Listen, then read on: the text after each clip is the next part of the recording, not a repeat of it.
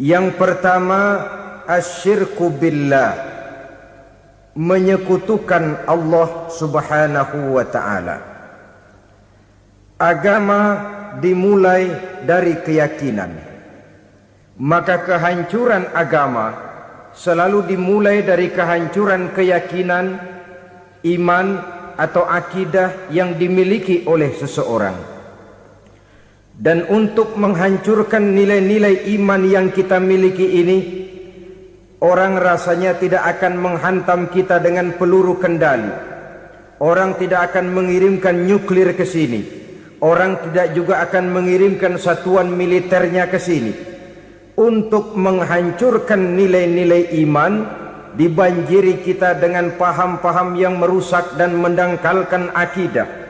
Baik ia bernama materialisme, baik ia bernama sekularisme, baik ia bernama banjirnya maksiat dan munkarat, baik ia bernama banjirnya peradaban dan kebudayaan yang menghancurkan moral daripada anak-anak kita, sedikit demi sedikit melenturkan dan melunturkan nilai-nilai keimanan kita, untuk kemudian pada waktunya nilai iman itu akan bertukar dan berganti menjadi nilai syirik kepada Allah Subhanahu wa ta'ala. Atau pada sisi lain, menjadikan yang selain Allah sebagai tujuan akhir daripada kehidupan kita. Sedangkan kita sama-sama maklum bahwa di dalam pandangan agama Islam, dosa yang tidak berampun, dosa yang terbesar, termasuk dalam kategori bapak moyangnya dosa, tidak lain adalah syirik, yakni menyekutukan Allah Subhanahu wa ta'ala. Pola penghancuran iman ini memang berstrategi. Ditawarkan kita kepada paham materialisme, paham kebendaan, di mana otak menempati urutan sebagai ranking pertama, Tuhan jatuh pada urutan kedua. Lalu menyusul kepada paham sekularisme, Allah dipisahkan dari seluruh kegiatan hidup ini, untuk pada gilirannya menjadikan yang selain Allah sebagai tujuan akhir daripada seluruh kegiatan hidup kita.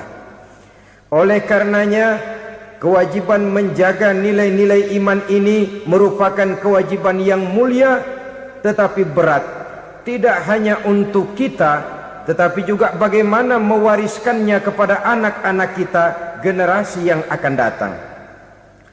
Orang-orang tua bijaksana yang diceritakan di dalam Al-Quran, kalau sudah berpikir tentang anak-anaknya, pertanyaan yang paling mereka risaukan ialah, ma ta'buduna min ba'di.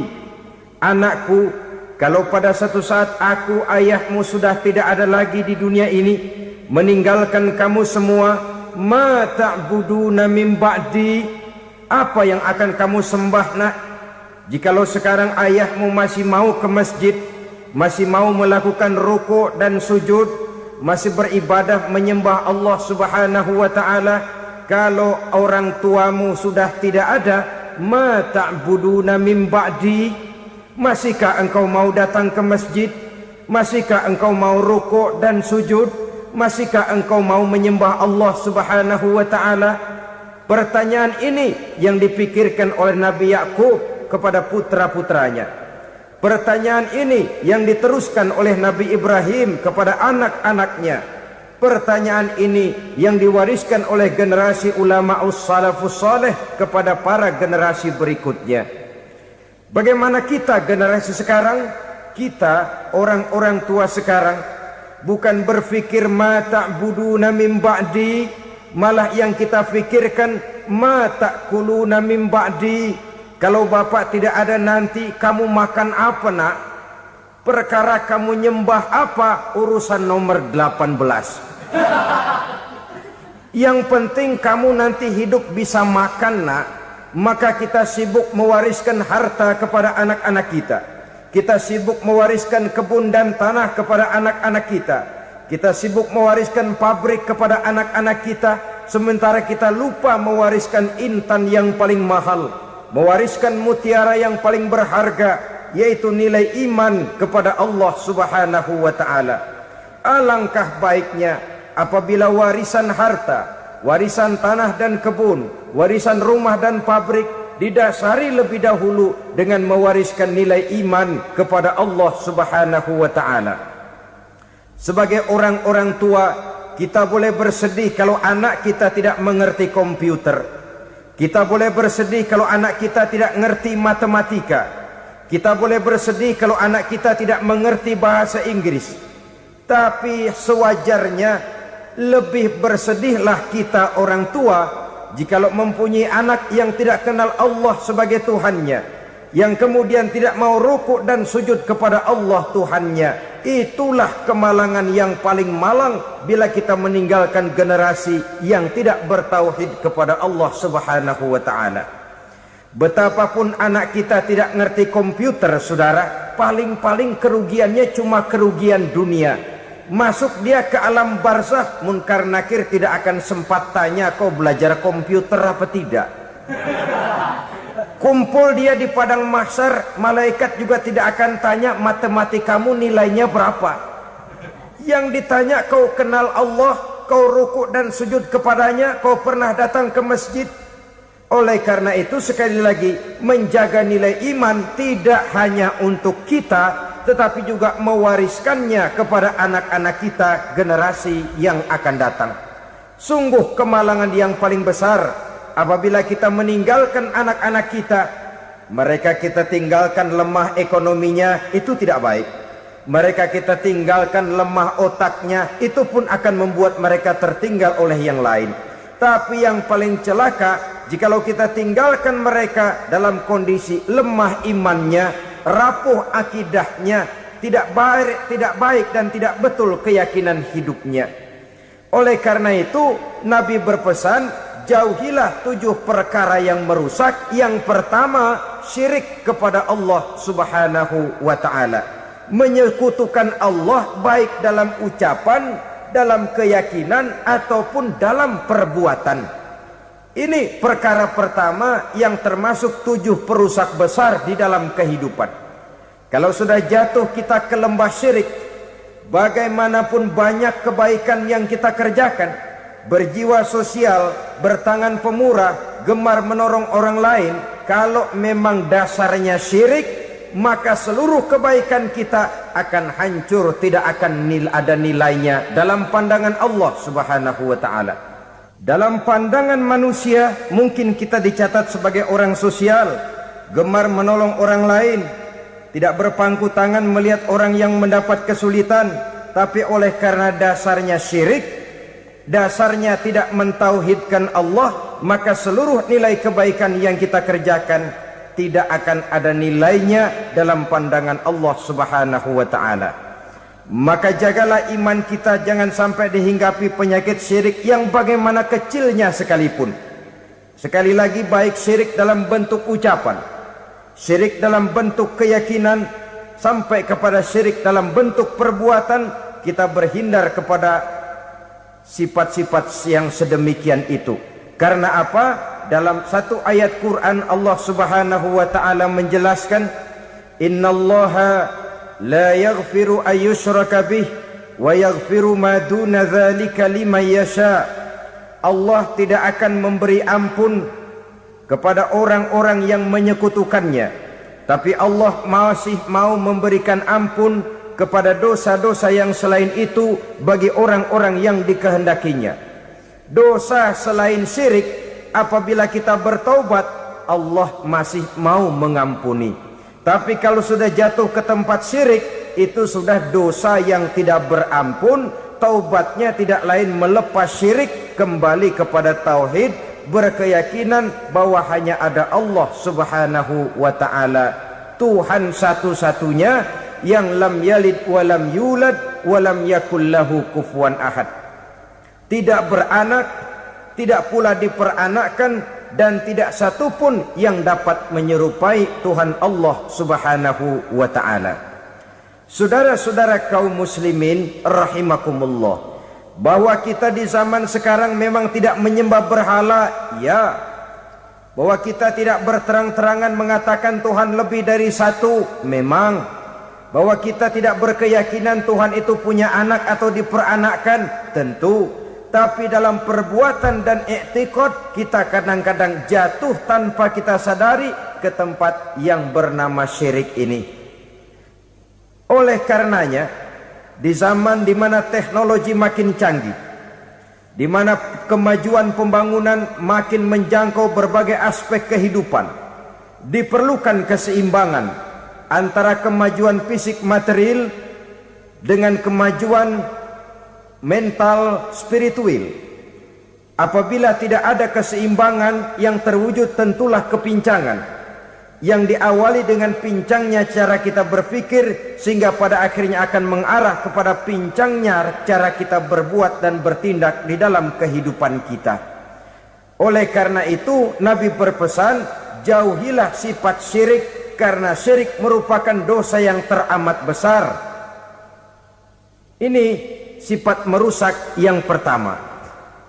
Yang kedua, kata Nabi, wasihra, jauhilah sihir. Sihir ini juga termasuk perkara yang merusak kehidupan.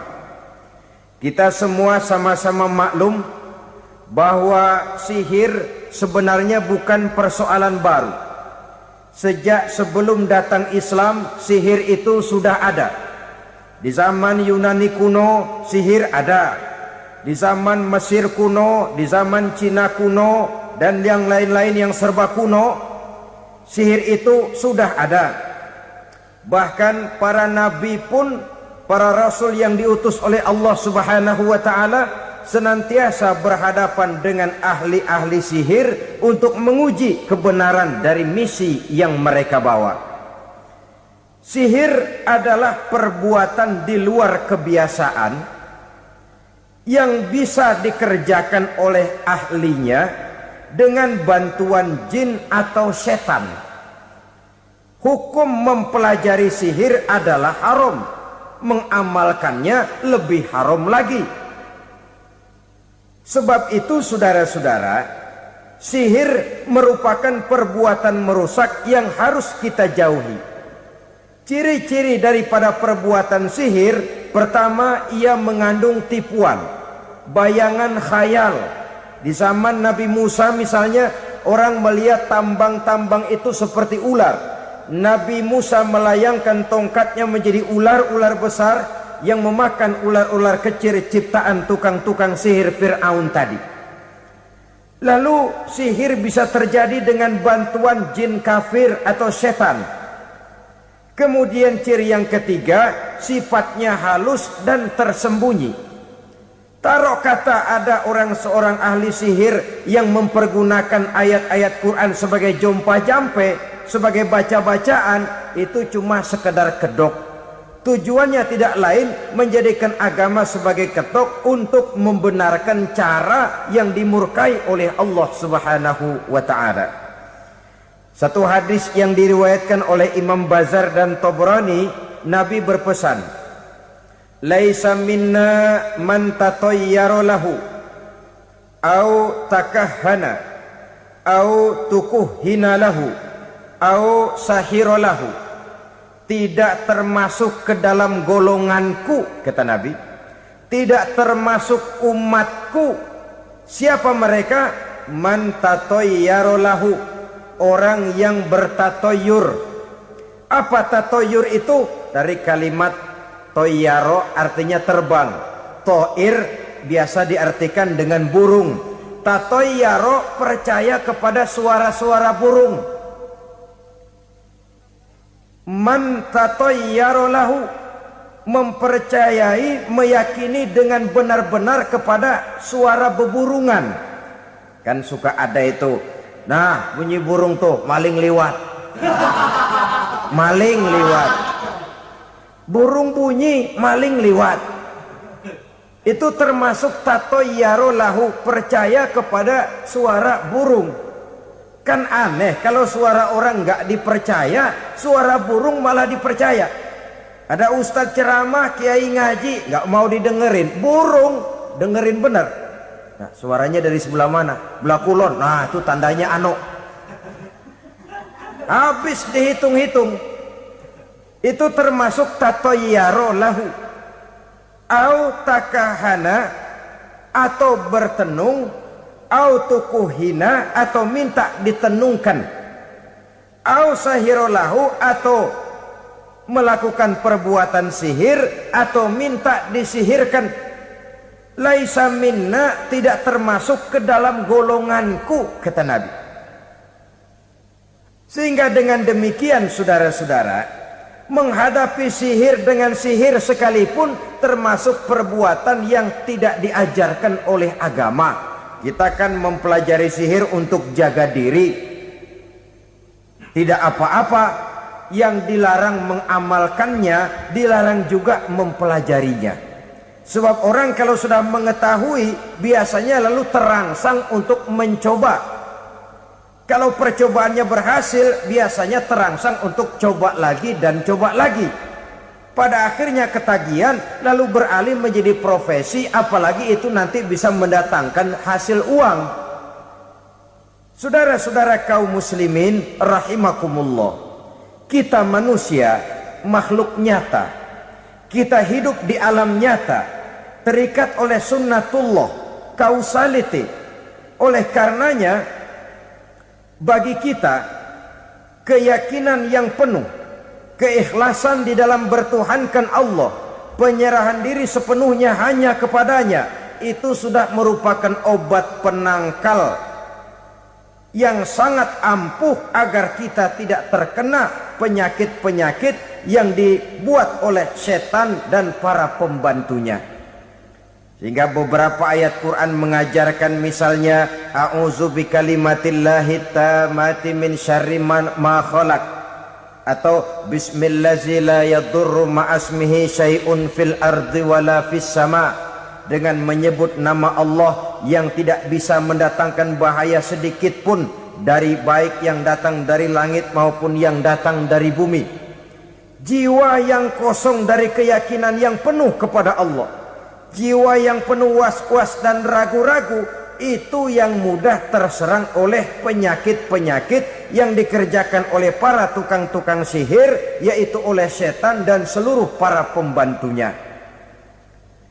Kemudian hadis kedua yang diriwayatkan oleh Imam Ibnu Hibban, Nabi bersabda, la yadkhulul jannata mudminu khamrin wala mu'minu bisihrin wala qati'u rahmin. Tidak masuk surga. Ini Nabi yang bilang, tidak masuk surga. Siapa itu? Pertama, mudminu khamrin, orang yang berkekalan dalam mabuk. Selalu mudminun itu sudah menjadi perbuatan rutinnya, tidak kapok-kapoknya, teler seumur hidup. Mudminu khamrin, tidak masuk surga orang yang selalu bermabuk-mabukan. Yang kedua, wala mu'minu bisihrin, orang mukmin tapi main sihir.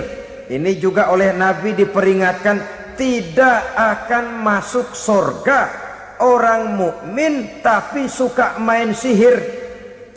Wala qati'u rahmin, dan tidak juga orang yang memutuskan silaturahmi.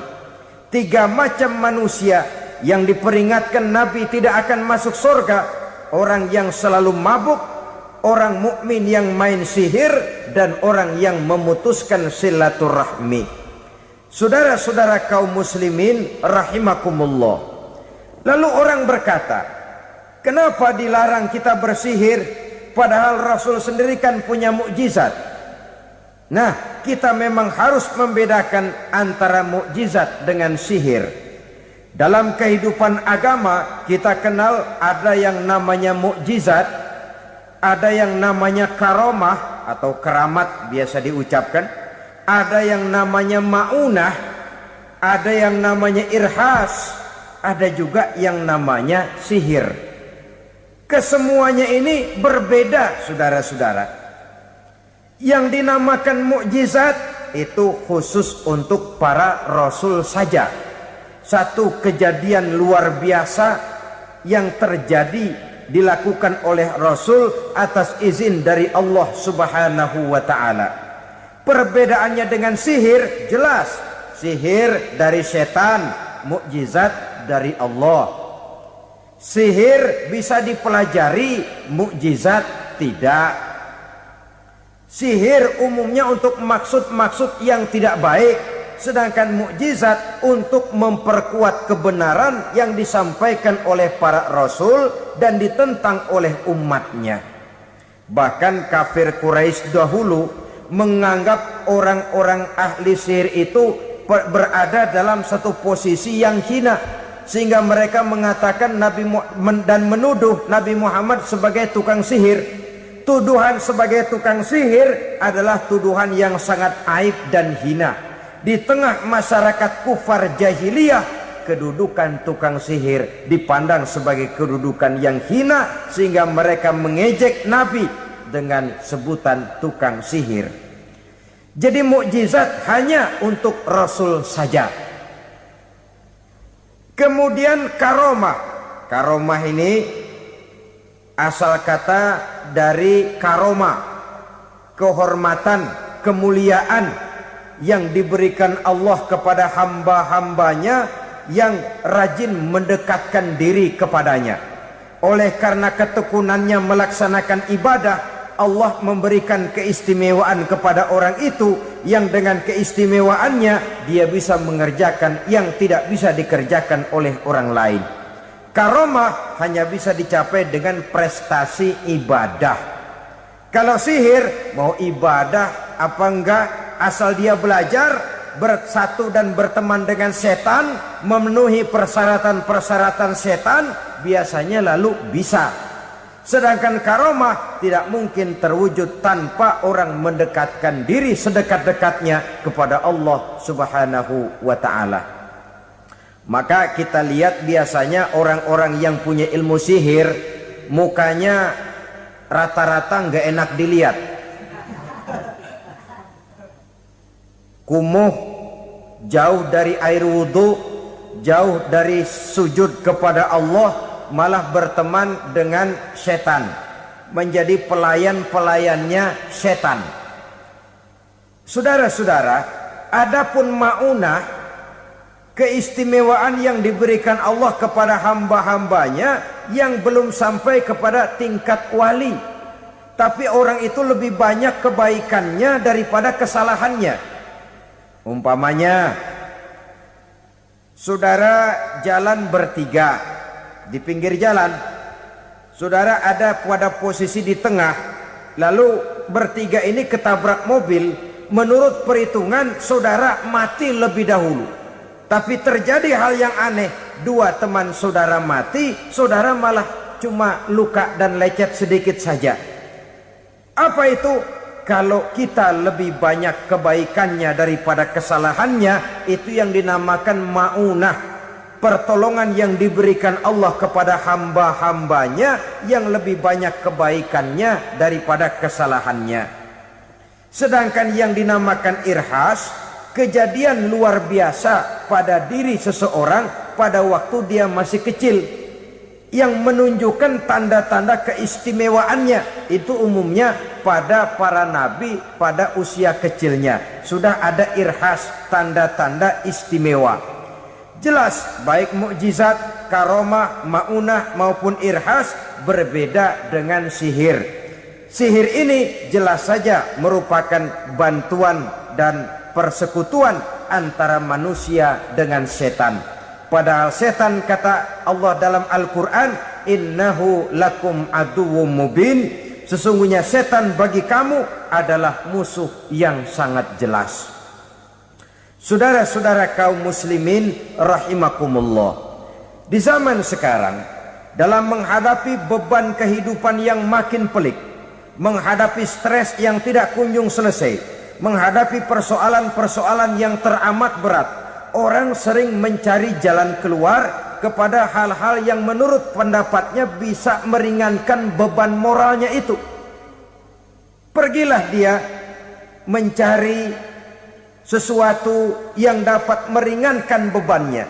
Dan tidak jarang yang jatuh ke pangkuan tukang-tukang tenung kepangkuan tukang-tukang sihir yang mereka itu oleh Quran dijelaskan kadzabal munajjimun walau sodaku. Tukang-tukang tenung, tukang-tukang sihir, mereka itu bohong walaupun benar. Maksudnya bohong walaupun benar artinya kalau yang mereka kerjakan benar itu sih kebenaran. Benar dengan kebenaran itu lain. Kebenaran, kebetulan bisa, tapi tidak untuk selalu. Apalagi kalau itu sudah membahayakan kehidupan orang lain. Jadi oleh karena itu Nabi berpesan jauhilah daripada sihir. Kalau sudah jauhilah dari sihir artinya ya jauhilah daripada mempelajarinya, jauhilah daripada bergaul dengan orang-orang yang ahli di bidang itu, karena dari pergaulan segalanya bisa menular. Baiklah saudara, ini yang kedua. Yang ketiga pesan Nabi, wa qatlan nafsil lati harramallahu illa bil haqq. Membunuh orang lain dengan cara yang tidak benar. Membunuh orang yang diharamkan oleh Allah Subhanahu wa taala untuk melakukannya kecuali dengan alasan yang benar. Kita tahu Islam adalah agama damai. Sesuai dengan namanya, ia tidak dikembangkan dengan pedang dan kekerasan. Ia dikembangkan dengan keteladanan dan tuntunan moral. Oleh karena Islam bukan agama kekerasan, Islam pun tidak mementingkan dan mengajarkan kekerasan kecuali dengan alasan yang benar dan bisa dipertanggungjawabkan. Membunuh dengan sengaja, menghilangkan nyawa orang lain tanpa alasan yang bisa dibenarkan adalah merupakan dosa besar dan satu di antara 7 perkara yang bisa mendatangkan kerusakan dalam kehidupan dan yang hendaknya harus kita jauhi. Saudara-saudara kaum muslimin rahimakumullah, beberapa waktu yang lalu di sebuah kota kecil yang indah bernama New Auckland. Saudara tahu New Auckland? Itu dari Gunung Kidul masih ngidul lagi. Pernah diadakan satu seminar yang membicarakan bagaimana menyelamatkan masyarakat manusia dari bahaya Perang Dunia Ketiga. Diperkirakan kalau terjadi Perang Dunia Ketiga, manusia tidak akan tersisa. Sebab apa? Pada waktu itu cadangan nuklir yang dimiliki oleh bersama Amerika dan Rusia konon sudah sanggup memusnahkan 6 miliar manusia pada saat jumlah manusia baru 5 miliar. Jadi kelebihan nuklir dunia ini. Kalau terjadi Perang Dunia Ketiga, sulit manusia untuk tersisa.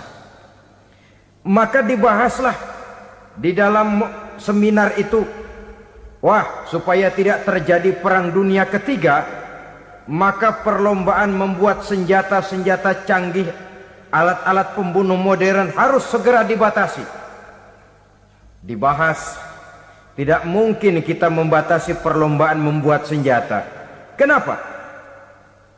Makin maju ilmu dan teknologi, makin canggih senjata yang ditemukan.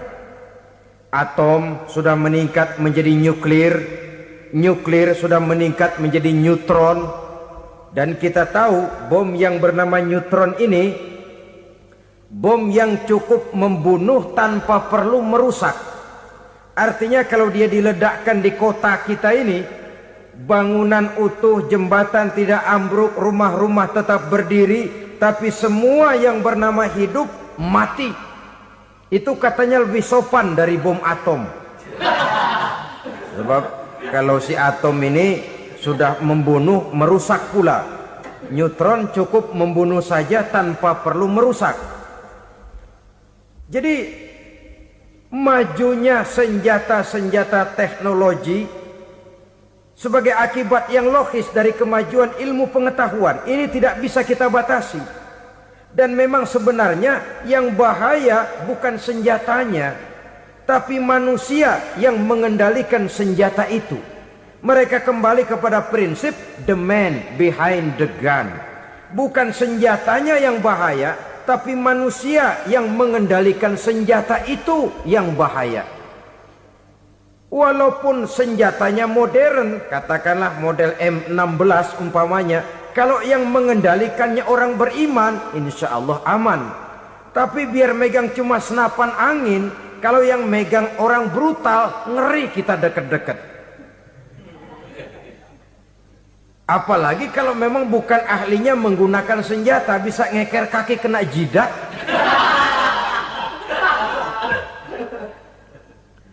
Mereka kembali kepada prinsip lama yang tetap baru. Bukan senjatanya yang harus dibatasi, manusia yang mengendalikan senjata itu yang perlu dibicarakan. Nah, kalau begitu, agar manusia tidak mempergunakan senjata sewenang-wenang, apa yang harus kita lakukan? Ya, manusianya harus bermoral. Ya, tapi moral yang mana? Di dunia ini banyak ajaran tentang moral. Itu pun mudah saja.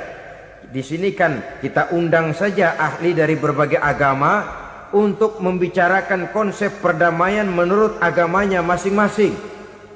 Baik, setuju itu? Setuju. Maka tampillah para ahli agama, mereka kembali kepada prinsip moral daripada konsep yang terkandung di dalam ajaran agama untuk menegakkan perdamaian. Mula-mula naiklah ahli dari agama Hindu, dibacakan konsep perdamaian menurut ajaran agama Hindu, bahwa untuk damai manusia harus meninggalkan nafsu keduniaannya, menempuh samsara dan sebagainya untuk mencapai nirwana, menjauhi kemegahan dan kemewahan dunia. Ini lalu dibahas, rasanya juga tidak mungkin ini. Kemudian dari agama Nasrani, bahwa untuk damai manusia harus menciptakan sifat kasih sayang. Kalau ditampar pipi kiri, berikan pipi yang kanan. Kalau diberikan selendang, berikan baju. Nanti orang kasihan, lalu dia tidak akan nampar lagi. Ketika ini dibahas, ternyata rasanya pun tidak mungkin bisa diterima. Karena apa? Di zaman sekarang orang ditampar pipi kiri, dikasih pipi kanan. Bukan kasihan, gemes. Damai belum tentu, bonyok udah jelas. Lalu ketika dibacakan konsep perdamaian menurut Quran, di mana disampaikan ayat wa jazaa'u sayyi'atin sayyi'atun misluha faman afa wa aslaha fa ajruhu 'ala Allah. Balasan terhadap satu kejahatan adalah kejahatan yang seimbang, tetapi barang siapa yang memberi maaf dan mencari jalan damai, itulah yang terbaik dan akan mendapat pahala dari Allah Subhanahu wa ta'ala. Kamu tidak salah ditampar pipi kirimu, tampar lagi pipi kirinya sekeras dia menampar pipi kirimu. Nanti orang tidak mau menampar kita karena dia tahu kalau dia tampar kita, dia akan menderita tamparan sekeras dia menampar kita. Akan terjadilah prinsip saling hormat menghormati, tidak saling ganggu, tidak saling usil, tidak saling jahil. Atas dasar ini perdamaian bisa ditegakkan.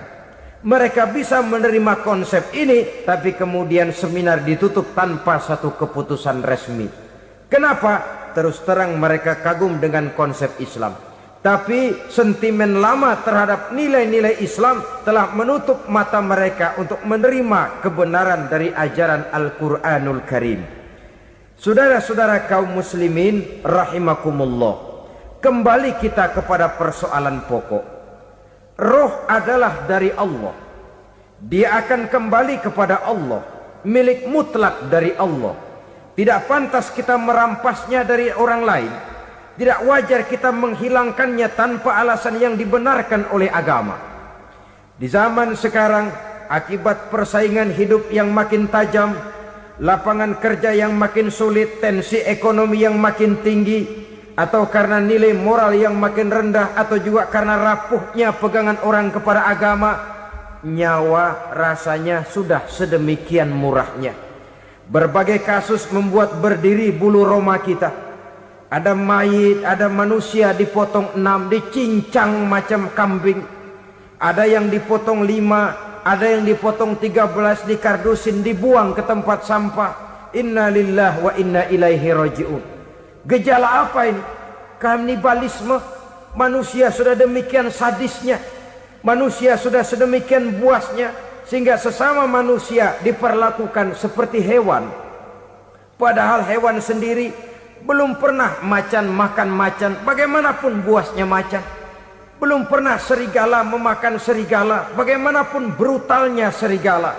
Tetapi manusia makan manusia di zaman sekarang kadang jadi kenyataan dalam kehidupan kita. Kadang persoalannya remeh saja.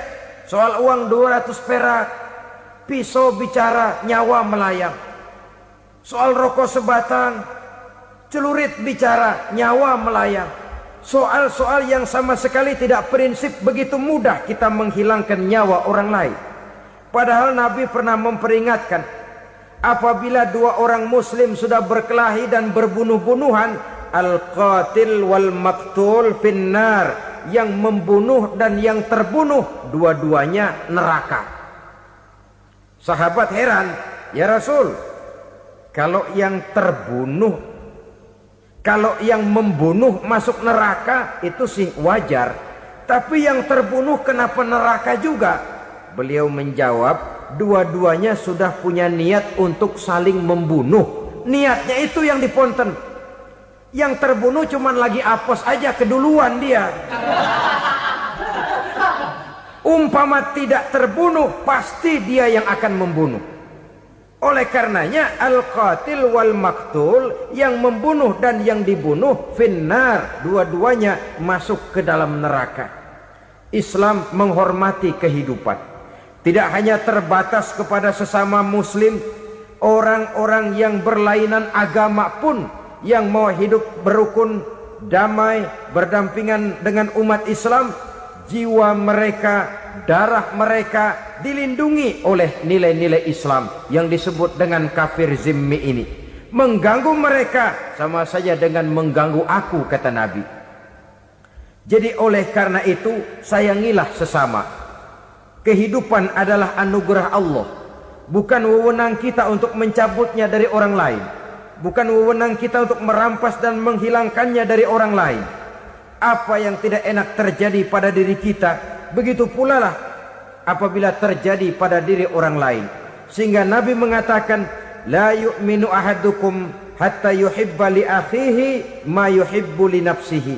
Belum dikatakan beriman seseorang kamu apabila dia belum mencintai saudaranya seperti ia mencintai dirinya sendiri. Apa yang enak dirasakan oleh orang lain, enak juga dirasakan oleh dia. Mengukur orang lain dengan diri sendiri. Kalau orang lain tanpa salah saya fitnah, kalau saya tanpa salah difitnah orang, enak apa enggak? Enggak, orang lain juga begitu. Kalau orang lain tanpa salah saya tempeleng kepalanya, enak apa tidak? Tidak. Orang lain juga begitu. Yang tidak enak terjadi pada diri kita, tentu tidak enak juga kalau terjadi pada orang lain. Mengukur orang lain dengan diri sendiri, sehingga tidak timbul sifat egois, tidak menari di atas bangkai orang lain, tidak mendirikan kebahagiaan di atas untayan air mata orang lain. Sehingga dengan demikian saudara-saudara, dia bisa menghormati kehidupan, menghormati orang lain sebagaimana dia ingin dihormati. Inilah perbuatan ketiga yang merusak, membunuh orang lain dengan yang diharamkan Allah tanpa alasan yang benar. Yang ketiga. Kemudian yang keempat, perbuatan merusak wa aklar riba, makan riba. Hidup adalah tolong menolong. Bahasa kerennya take and give katanya. Saling memberi dan saling menerima. Nabi mengajarkan, man kuraba kurbatan min kurabid dunya karaballahu lahu kurbatan min kurabi yaumal qiyamah. Wallahu fi aunil abdi madamal abdu fi auni akhihi. Siapa yang meringankan beban dari beban-beban yang diderita seseorang di dalam kehidupan dunia, Allah akan meringankan bebannya daripada beban-beban yang harus dipikulnya di hari kiamat nanti. Wallahu fi aunil abdi madamal abdu fi auni akhihi. Allah senantiasa akan menolong seorang hamba selama hamba itu masih mau menolong saudaranya. Allah selalu akan menolong seorang hamba selama hamba itu masih mau menolong saudaranya. Apabila kita sudah berpangku tangan terhadap kesulitan orang lain, biasanya pun pada saat kita mendapat kesulitan, kita akan sulit juga memperoleh pertolongan. Nah, riba alias renten, kedoknya adalah menolong orang, tapi sama juga bulu buntutnya dilepas, palanya dicekek. Menolong orang pada akhirnya menjadi beban bagi seseorang, dan memang mencari orang-orang yang berada dalam posisi kesulitan. Biasanya di daerah-daerah di mana musim paceklik, jadi lapangan kerja sulit, sedangkan urusan perut tidak bisa ditunda. Akhirnya orang terjebak ke dalam rentenir, ke dalam riba, ke dalam renten. Bunga berbunga, sehingga satu saat jumlah bunganya bisa lebih besar dari jumlah pinjaman pokoknya. Kemudian kalau juga ternyata tidak bisa dibayar, rumah jadi taruhan. Memang rumah satu-satunya, begitu rumah ditarik mulain camping. Bukankah pada akhirnya akan mewariskan kesengsaraan? Oleh karena itu, kepada kita berusahalah jangan berhubungan dengan rentenir, jangan makan renten dan riba kepada mereka yang melaksanakan riba. Walaupun mendatangkan keuntungan materi, tapi percayalah harta yang didapat dengan jalan riba tidak akan membawa keberkahan. Manakala tidak membawa keberkahan, dia tidak akan mendatangkan ketenangan di dalam kehidupan kita. Oleh karenanya, memakan harta riba termasuk perbuatan yang merusak sendi-sendi kehidupan sosial, merusak kehidupan orang lain, merusak kehidupan masyarakat, tetangga, pergaulan dan sebagainya. Yang kelima, wa akla malil yatim, memakan harta anak yatim dengan cara yang zalim. Nih, memang lezat. Anak yatim itu nggak tahu urusan apa-apa. Kita diamanahkan untuk mengurusinya. Kadang-kadang dibentuklah panitia penyantunan yatim piatu. Yatimnya mah tetap kelaparan, panitianya yang pada gendut.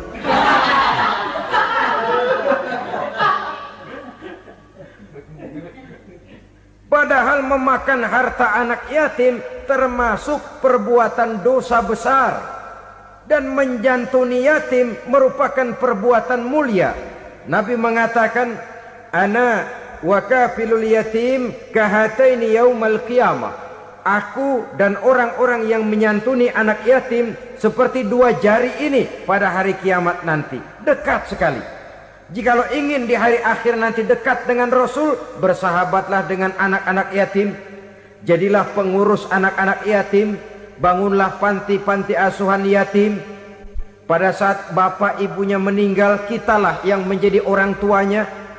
Bahkan sedemikian besar perhatian Islam terhadap anak-anak yatim ini, sehingga Quran memberikan peringatan, ara'aital ladzi yukadzibu biddin fadzalikal ladzi yad'ul yatim wa la yahuddu ala ta'amil miskin. Tahukah kamu siapa orang yang mendustakan agama? Beragama tapi dianggap dusta, solatnya dusta, puasanya dusta, karena agamanya sudah berdusta. Siapa mereka?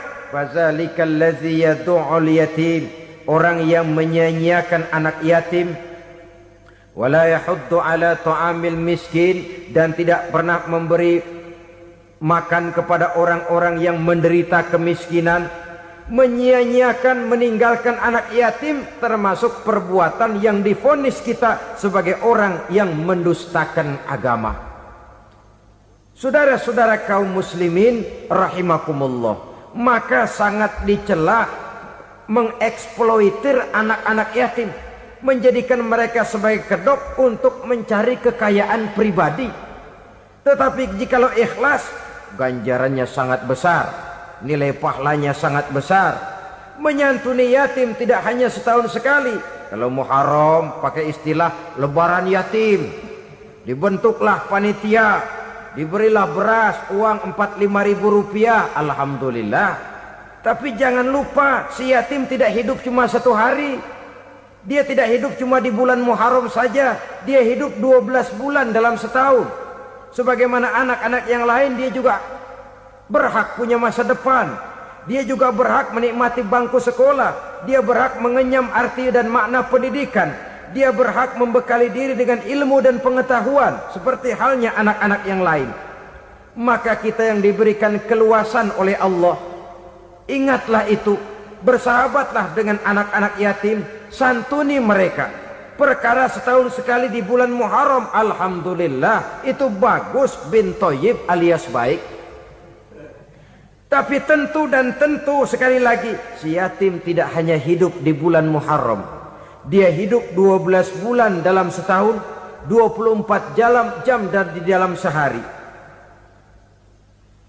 Oleh karenanya, menyia-nyiakan mereka pada saat posisi kita memang mampu akan memojokkan kita dalam satu posisi di mana kita dianggap sebagai orang yang mendustakan agama. Memakan harta anak yatim dengan cara yang zolim. Bapaknya udah meninggal, kebunnya lebar, anaknya dikelecehin. Nah, dah kamu gak usah pusing, nanti saya yang ngurus. Akhirnya bukan ngurus, nguras.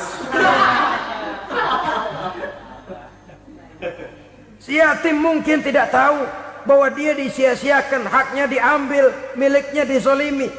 Tapi Allah yang akan membalasnya dengan seadil-adilnya. Maka makan harta anak yatim biasanya balasannya tokcer bin paten. Nggak banyak selang tempo itu, nggak percaya cobain dah. Nyobain aja kan nggak bayar, umpama. Memakan harta anak yatim dengan cara yang zolim, ganjarannya biasanya kontan. Kenapa? Ratapan si miskin, untayan air matanya, jeritan kepedihan hatinya, membuka pintu langit, permohonannya diijabah, getaran hatinya didengarkan oleh Allah. Maka balasannya biasanya kontan, spontan, tidak menunggu waktu terlalu lama. Itu di dunia, belum lagi di akhirat nanti. Bukankah dalam riwayat Mi'raj diceritakan Nabi melihat di neraka itu orang perutnya sebesar rumah. La haula wala quwata. Itu perut kayak rumah, bagaimana jalannya tuh orang. Dan memang gak jalan, diseret-seret oleh malaikat di neraka itu. Hancur perutnya, amburadul itu perut. Berantakan isinya, dibulatkan lagi, diseret lagi, hancur lagi, dibulatkan lagi. Sampai Nabi tanya, orang itu begitu berat siksanya kenapa ya Jibril? Itu Muhammad, waktu di dunia dulu rakus banget makan harta anak yatim. Begitu vonisnya, begitu menyedihkan nasibnya di akhirat. Tapi di dunia pun ketidakberkahan itu sudah membayangi kehidupannya. Oleh karena itu, kepada saudara-saudara yang mendapat titipan anak yatim, berbahagialah, karena semulia-mulia rumah adalah rumah yang di dalamnya ada anak yatim yang disantuni. Sehina-hina rumah adalah rumah di mana di dalamnya ada anak yatim yang disia-siakan. Begitu kata Nabi kita. Rumah yang paling mulia dalam pandangan Allah, rumah yang di dalamnya ada anak yatim yang disantuni. Rumah yang paling hina dalam pandangan Allah, rumah yang di dalamnya ada anak yatim yang nasibnya disia-siakan. Berbahagialah saudara apabila menjadi penyantun anak-anak yatim, pelindung mereka, sehingga mereka mempunyai masa depan sebagaimana anak-anak lainnya. Rasulullah sendiri sedemikian peka terhadap keadaan anak-anak yatim karena beliau sendiri memang mengalami. Umur 6 bulan dalam kandungan ibu, beliau sudah ditinggalkan oleh ayahnya. Pada saat berusia 6 tahun, ibu sudah meninggal. Yatim piatu dalam usia di mana beliau sedang perlu belas kasih seorang ibu dan pengertian seorang bapa. Kepekaan itu lalu timbul, bahkan kemudian sampai kepada beliau berkata, aku dan orang yang menyantuni anak yatim seperti jari tengah dan jari telunjuk di hari akhirat nanti. Sedemikian dekatnya. Baiklah ya, jadi yang kelima, memakan harta anak yatim. Jauhi karena ini perbuatan yang merusak. Yang keenam, watawalli yaumaz zahfi, melarikan diri pada hari pertempuran. Apa ini? Khianat. Tidak konsekuen dengan konsep perjuangan. Pada mulanya keras benar teriak, berantas korupsi, ganyang korupsi. Cuma karena belum dapat giliran. Begitu dia naik dapat kesempatan, korupsinya lebih edan dari yang diteriakinya. Ini termasuk tawalli yaumaz zahfi, berpaling pada hari peperangan. Di saat menghadapi musuh, kalau belum kelihatan musuh, teriaknya nyaring bener. Jangan takut demi kebenaran sampai titik darah yang paling penghabisan. Musuh belum kelihatan. Begitu musuh sudah kelihatan, paling dulu lari ke belakang. Kalau diajak berjuang ada saja alasannya. Sehingga Quran memberikan peringatan kepada kita semua. Mengapa kamu ini berat? Kalau sudah diajak berjuang di jalan Allah, kakimu seperti terhunjam berakar di perut bumi. Berat untuk melangkah berjuang. Lari dari pertempuran tidak konsekuen dengan konsepsi perjuangan. Mau enaknya saja. Dalam kondisi yang sulit lalu berpangku tangan. Ini termasuk ciri munafik yang di dalam Al-Quran disindir dengan bahasa kullama adha'a lahum masyaufi wa iza azlama alaihim qamu. Waktu terang mereka jalan, giliran gelap mereka mandek. Artinya, maksudnya kalau giliran ada untungnya aja rame-rame teriak Islam. Tapi begitu diminta berjuang, dituntut berkorban, rame-rame mundur.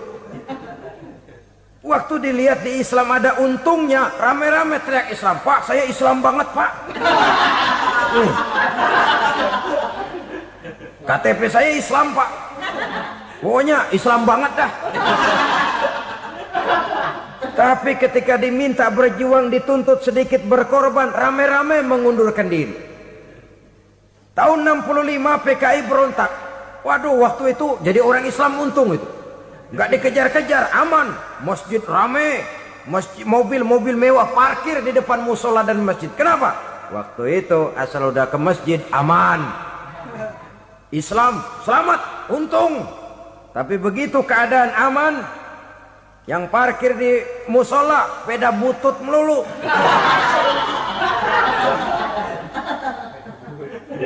Waktu terang mereka jalan, waktu gelap mereka berhenti. Dikala di Islam ada untungnya, baru wah Islam bagus, Islam hebat. Tapi waktu dilihat ada kerugian, jangan bawa-bawa Islam dah. Jangan bicara soal Islam, ini kan bukan soal agama. Bukan soal agama. La haula wa la quwata illa billah. Beragama kita ambil talfik fid din, mengambil yang enteng-enteng saja dalam urusan beragama ini. Tidak konsekuen kita dengan Islam kita. Seolah kita mau memilih mana yang terasa cocok sama selera kita, kita teriak Islam. Beratan aja dikit, rame-rame berpaling. Itu termasuk tawalli yaumaz zahfi. Para pengkhianat, mental-mental hipokrit yang tidak mau konsekuen menghadapi segala bahaya. Itu termasuk perbuatan yang merusak. Kenapa? Kalau cuma dia saja yang lari, mungkin tidak jadi soal. Tapi larinya ini akan mempengaruhi orang lain. Nah, pengaruhnya itu yang dicegah. Sebab kalau satu sudah mulai lari, yang lain mulai ngelirik. Ketika yang dilirik kemudian tidak ada reaksi, dia akan ikut lari. Artinya apa? Seorang muslim harus konsekuen dengan konsep perjuangannya, dengan keyakinan keagamaannya, dan tidak memilih yang enak-enak saja di dalam kehidupan beragama. Lari dari pertempuran, bermental khianat, mengkhianati agama merupakan satu di antara sifat yang merusak. Terakhir saudara, wa qazfal muhsanatil ghafilatil mu'minat, menuduh perempuan baik-baik yang tidak tahu menau tentang tuduhan yang dituduhkan kepadanya, menuduh perempuan mukmin yang baik-baik yang tidak tahu menau tentang tuduhan yang dilakukan kepadanya. Fitnah lebih bahaya daripada pembunuhan. Orang yang tidak salah bisa hancur namanya, orang yang berniat baik bisa ambruk perjuangannya oleh karena fitnah. Sehingga dikatakan al-fitnatu asyaddu minal qatli. Fitnah lebih bahaya daripada pembunuhan. Maka memfitnah ini termasuk satu dosa di antara 7 hal merusak yang harus kita jauhi semampu kita, semampu-mampunya. Mengupayakan sebisa-bisanya jangan sampai terjebak ke dalam hal yang demikian. Nah, saudara-saudara, inilah saja pertemuan kali ini. Mudah-mudahan ada manfaatnya. Semoga Allah memberikan kekuatan zahir dan batin kepada kita untuk bisa menjauhi 7 perkara yang merusak ini. Selalu berusaha menyimpan sesuatu yang bisa membawa manfaat, baik untuk dirinya, untuk anak cucunya, maupun untuk keluarganya, untuk masa kini dan masa depannya. Kadang simpanan itu berbentuk uang, kadang berupa tanah, lain saat berbentuk pabrik, dan lain sebagainya. Sementara masa depan yang paling pasti adalah akhirat. Jika untuk masa depan dunia kita rela memeras keringat, membanting tulang, pergi pagi dan pulang petang, menyimpan uang, menyimpan tanah, menyimpan pabrik, pernahkah kita merenung jika satu saat kiamat datang, kita dibangkitkan dari kubur masing-masing, berdiri di padang mahsyar untuk mempertanggungjawabkan seluruh kegiatan hidup kita di dunia ini? Lalu kita akan menuju ke alam akhirat. Sudahkah kita mempunyai simpanan untuk akhirat kita? Pada pertemuan kali ini saya ingin menyampaikan sebuah hadis di mana Rasulullah sallallahu alaihi wasallam bersabda, arba'un min kanzil jannah. Simpanan sorga ada 4 macam. Yang pertama, ikhfa'us sadaqah, menyembunyikan sedekah. Saudara-saudara kaum muslimin, sebagaimana yang kita maklum bahwa Allah Subhanahu wa taala melebihkan sebagian rezeki dari kita terhadap yang lain. Ada yang kaya, ada yang setengah kaya, ada yang miskin, ada yang setengah miskin, dan selanjutnya. Ada yang gajinya kecil tapi penghasilannya gede. Ada yang penghasilannya gede tapi nggak punya gaji. Ada juga yang memang gajinya gede dan penghasilannya gede. Kelebihan rezeki merupakan sunnatullah dan tidak harus membuat kita merasa lebih dari yang lain. Bahkan sebaliknya, kelebihan itu harus membuat kita ringan tangan untuk menolong mereka yang memang memerlukan pertolongan. Kalau saudara diberikan ilmu, maka pertanyaan akhirat cuma satu: ilmumu kau amalkan untuk apa? Kalau saudara diberikan umur yang panjang, pengadilan akhirat juga bertanya satu: umurmu kau habiskan di mana? Tapi kalau saudara diberikan harta, pengadilan akhirat akan bertanya 2: hartamu kau dapat dari mana? Kau belanjakan kemana? Dari mananya ditanya dan kemananya juga ditanya. Oleh karena kita akan dimintakan pertanggungan jawab, maka amanah yang bernama harta ini harus kita gunakan dengan sebaik-baiknya. Ada penggunaan yang merupakan kewajiban itu zakat namanya. Ada penggunaan yang sewaktu-waktu, itu infak namanya. Ada yang lebih sewaktu-waktu lagi, dan itu sedekah namanya. Zakat dia terikat oleh haul dan nisab, oleh putaran batas waktu dan ukuran dari harta itu sendiri. Sedangkan infak terikat oleh situasi dan kondisi perekonomian seseorang. Sedangkan sedekah tidak terikat dengan apapun. Dalam kondisi seperti apapun kita bisa melakukan sedekah dengan yang terkecil sekalipun. Sampai-sampai Rasulullah sallallahu alaihi wasallam mengajarkan, la tahqiranna minal ma'rufi syai'an walau an talqa akhaka biwajhin talik. Atau ada hadis, tabassumuka fi wajhi akhika laka sedekah. Senyumanmu kepada temanmu adalah sedekah. Jadi untuk melakukan sedekah tidak harus dalam berbentuk uang. Dengan ilmu kita bisa sedekah, dengan tenaga kita bisa bersedekah, dengan pikiran kita bisa bersedekah, bahkan senyum kepada teman itu pun sedekah. Jadi kalau sedekah dengan uang memang belum punya uang, nyengir aja banyakin. Itu asal pada tempatnya, jangan lalu ketemu tiang listrik cengengesan. Tentu tidak pada tempatnya dan tidak wajar. Nah, sedekah yang paling dicintai Allah adalah sedekah yang disembunyikan. Artinya jauh dari sifat riya. Dan kadang-kadang ada orang sedekah itu disebutkan namanya. Apa tidak bagus? Kalau memang niatnya ikhlas, ya bagus-bagus saja. Untuk memberikan sugesti kepada yang lain. Si Fulan bin Fulan nyumbang sekian, diumumkan. Boleh kalau niatnya untuk memberikan rangsangan kepada yang lain supaya dia menyumbang lebih besar dari orang tadi. Tapi kalau itu mendatangkan riya, maka sedekah yang paling dicintai Allah adalah sedekah yang disembunyikan. Tangan kiri saja tidak tahu apa yang diberikan oleh tangan kanan. Sedekah yang dilakukan dengan ikhlas akan merupakan perbendaharaan surga, tersembunyi dari pandangan orang lain, tidak seorang pun tahu. Karena memang sikap yang baik adalah melupakan kebaikan dan mengingat kesalahan. Itu salah satu ciri orang bahagia. Orang yang selalu mengingat kesalahannya dan berusaha melupakan segala kebaikannya. Kalau dia akan berada kebaikan, dia tidak bisa ikut, dia merasa rugi karena dia merasa belum pernah berbuat baik.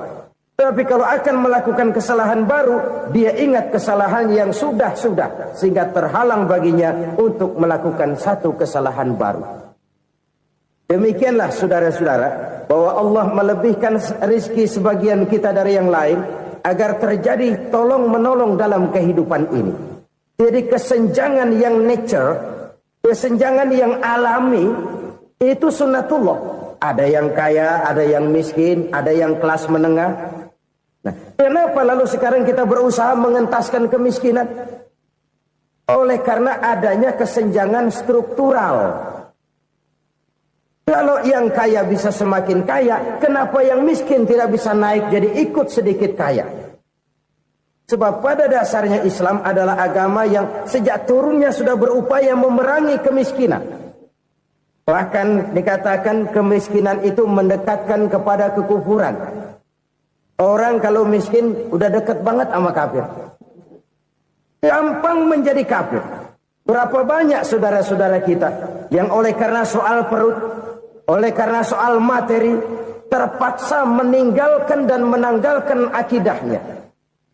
Menjual petunjuk yang diberikan Allah dengan kesenangan dunia yang cuma sebentar ini. Na'udzubillah, summa na'udzubillah.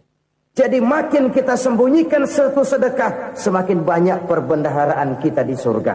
Sedekah yang paling dicintai Allah adalah sedekah yang disembunyikan. Malahan ada seorang sufi, dia punya kebiasaan kalau pergi sholat Jumat dia bawa uang, itu uang dia taruh di bawah tikar masjid. Dia niat sedekah kepada siapa saja yang nemuin itu duit. Maksudnya apa? Supaya yang nemuin nggak tahu siapa yang punya duit. Demikian dia saking ingin menyembunyikan sedekahnya. Karena sifat riya itu bisa memakan amal kita sendiri. Riya itu termasuk menyebut-nyebut kebaikan kita. Orang yang suka nepuk dada. Sedikit-sedikit ngitungnya kalau enggak gua. Tuh, kalau enggak gua tuh. Tuh yang belas itu, kalau enggak gua. Iya, kalau enggak lu kenapa emang? Orang yang suka menepuk jasa. Terus biasanya memang begitu, saudara-saudara. Kalau perang lagi berkecamuk, orang nggak sempat ngaku jadi pahlawan. Tapi begitu perang selesai, yang kagak kenal bedil ngaku pahlawan, Mas. Itu sesuatu yang biasa. Oleh karenanya, orang-orang yang ikhlas dalam bersedekah, disembunyikannya sedekah itu, Allah cinta betul. Malahan ada hadis memberikan jaminan, inna shadaqatal mar'il muslimi tazidu fil umri wa tadfa'u mitata su'i. Sesungguhnya sedekahnya seorang mukmin tazidu fil umri, bisa menambah umur panjang. Wa tadfa'u mitata su'i, dan menyelamatkan manusia dari mati secara su'ul khatimah. Jadi siapa yang kepengen panjang umur, banyaklah sedekah. Yang bosan hidup, pelit terus. Sedekah menambah panjang umur dan menyelamatkan manusia dari mati secara su'ul khatimah. Pak, katanya umur itu nggak bisa ditambah, nggak bisa dikurangin. Kapan? Kalau ajal sudah datang.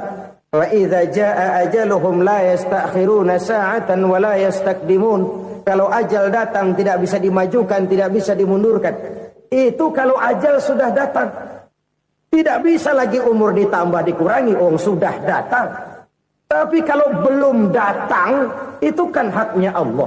Mau ditambah, mau dikurangi, hak prerogatif Allah. Sebagai pencipta manusia, Allah maha kuasa dan maha mampu.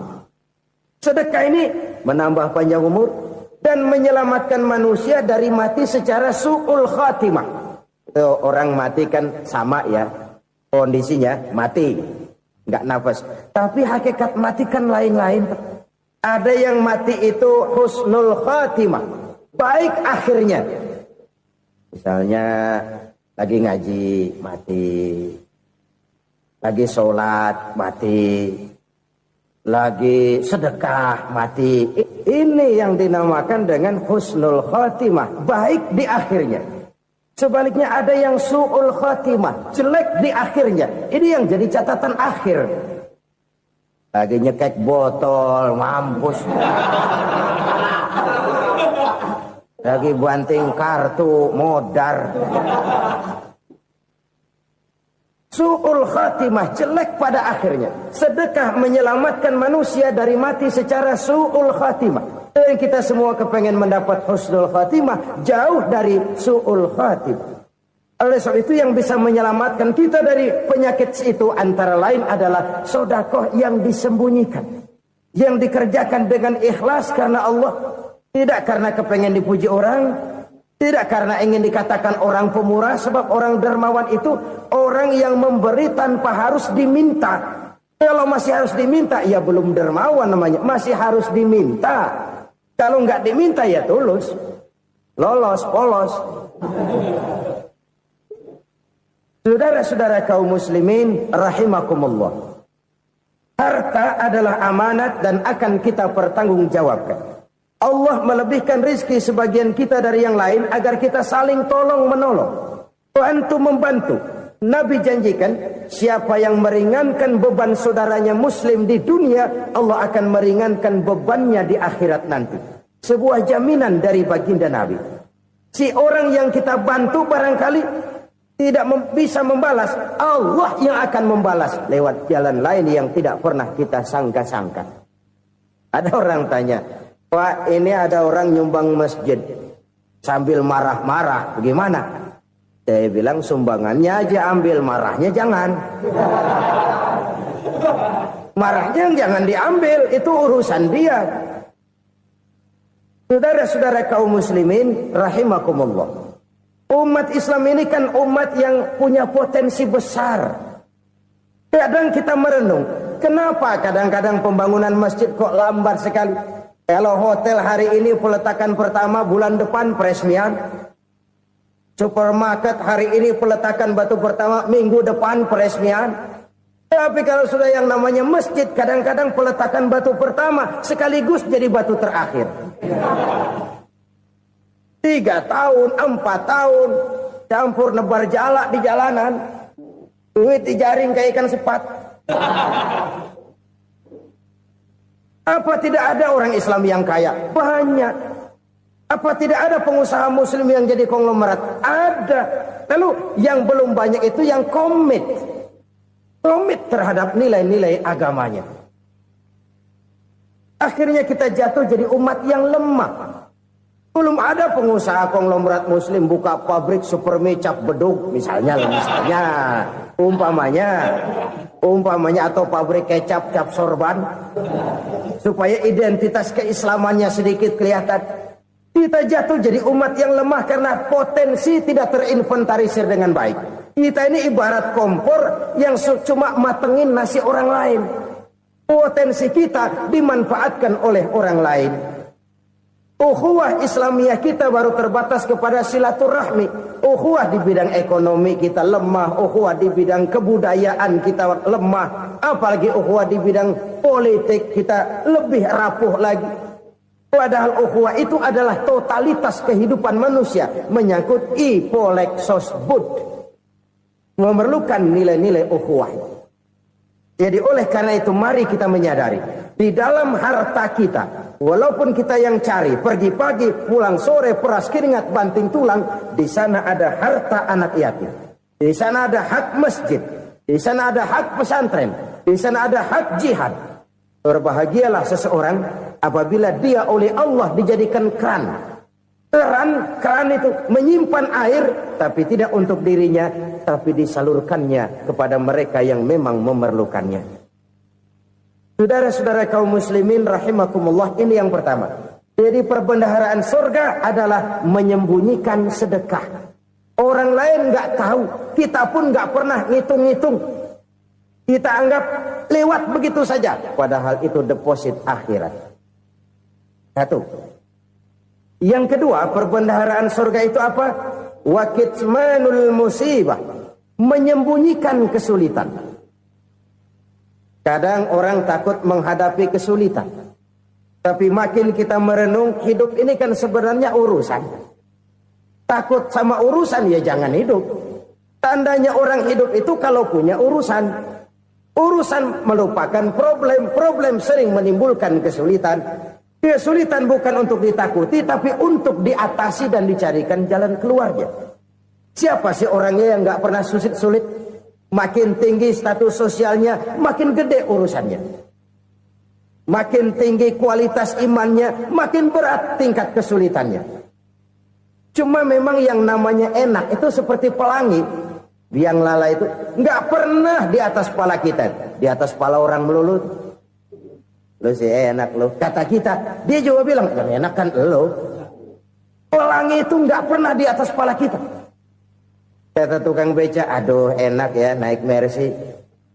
Kata tukang beca, apa yang di dalam mobil Mercy? Aduh enak bener tukang beca. Di jok ngeringkuk ngorok pulas bener.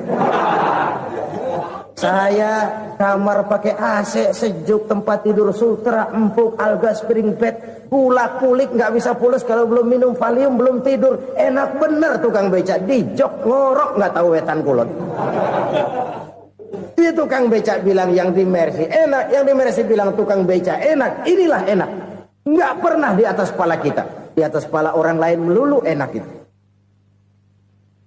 Nah, saudara-saudara,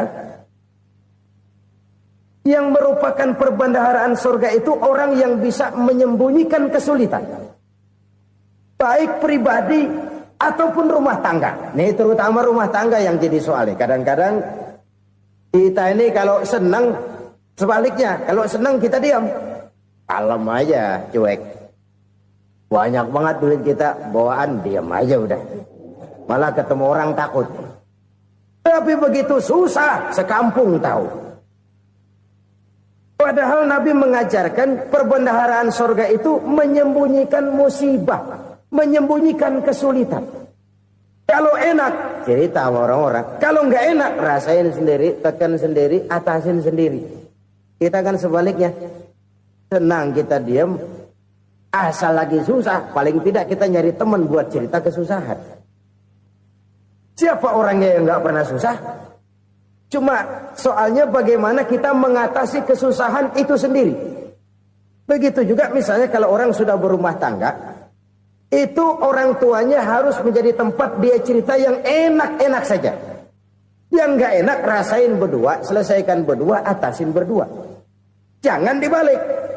Asal senang diam, giliran susah saja. Maknya laporan. Terbalik. Bisa menjaga security informasi. Maka nama bayam keluar diam. Malah seluitan. Enak amat lu makan daging ayam. Security informasi. Saudara-saudara kaum muslimin rahimakumullah. Ujian yang terberat itu yang pernah diberikan kepada para nabi, para rasul, para aulia, para ulama. Makin tinggi keimanan, makin berat bentuk kesulitan. Ayo saya kemukakan satu contoh saja. Ada seorang nabi yang kaya. Nabi kaya. Namanya Nabi Ayub. Iblis kalau orang begini kan teki. Ibadahnya rajin, kaya. Nih yang kayak begini susah digodain. Kalau ibadahnya rajin, miskin, kali bisa disogok. Sini imannya mantap, ibadahnya rajin, kaya, nabi lagi. Oh, tapi namanya iblis nggak kurang akal. Laporan, Tuhan, kenapa iblis?